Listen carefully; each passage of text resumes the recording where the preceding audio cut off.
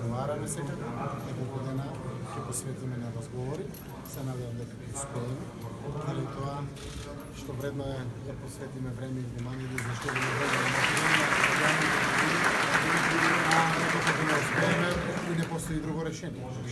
Процесите не може да останат замрзнати, не може да останат на место, мора да се движат напред, така да вредно е да посветиме максимално внимание.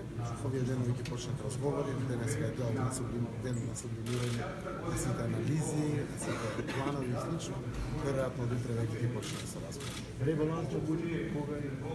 Ребалансот на буџетот генерално и подготвен ќе се однесува само на алокација на поддршката на општините, генерално или и некои ситни работи, дали воопшто ќе има или ќе бидат веќе во буџетот.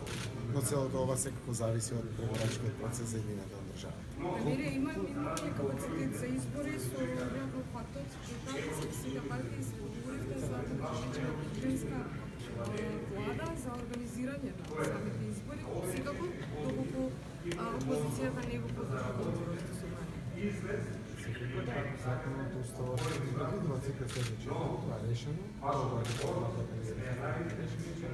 е промените во законот за владата, така да ако дојде до тоа да се влада, тоа значи кој очекуваме веднаш технички министри, социјала, заменици министри кои ќе се предвидат, се стига роковите, да, тоа се скратени рокови, се оди во согласно законот за предпоставка, имајќи во предвид дека да стигнеме и роковите со тоа е важно.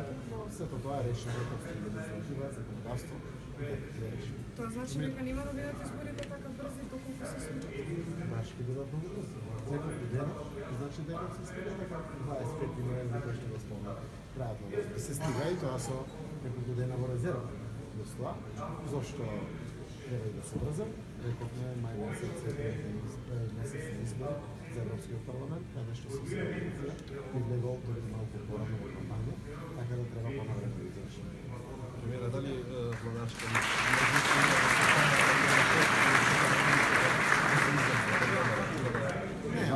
ако се кажат роковите, тоа е непријатно. Важно да постигнеме целта. Сега, ако има амбиент, тоа ќе се знае. Верувам за неколку дена ќе се знае има или нема. Апсолутно верувам дека со доздавањето на таа можност, веднаш ќе се носат роковите и веднаш ќе исполнеме со видените и со пасите. Очекувате поддршка од конкретен број на пратеници од опозицијата или можеби нешто поинаку? Како? Немаме разговарано. Јас лично очекувам. Зошто очекувам? Заради тоа што изборите ќе ги сменат состојбите на подобро во функција на број на пратеници за гласањето на уставните прomени. Референдумот ќе да заврши, граѓаните да дадат јасен правец, по кој правец се движи Македонија, по кој пат треба да чекорите.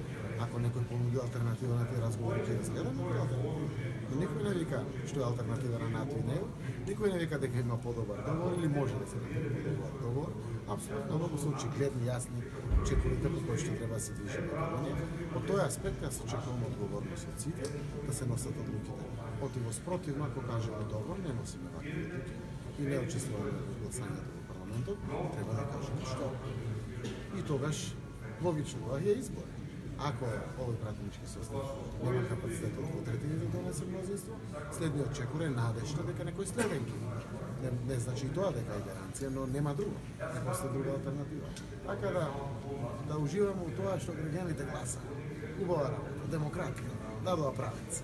Сега понатаму институциите мора да ги најдат чекори, како што државата на најопортун начин, на најдобар начин ќе ги придвижи работите.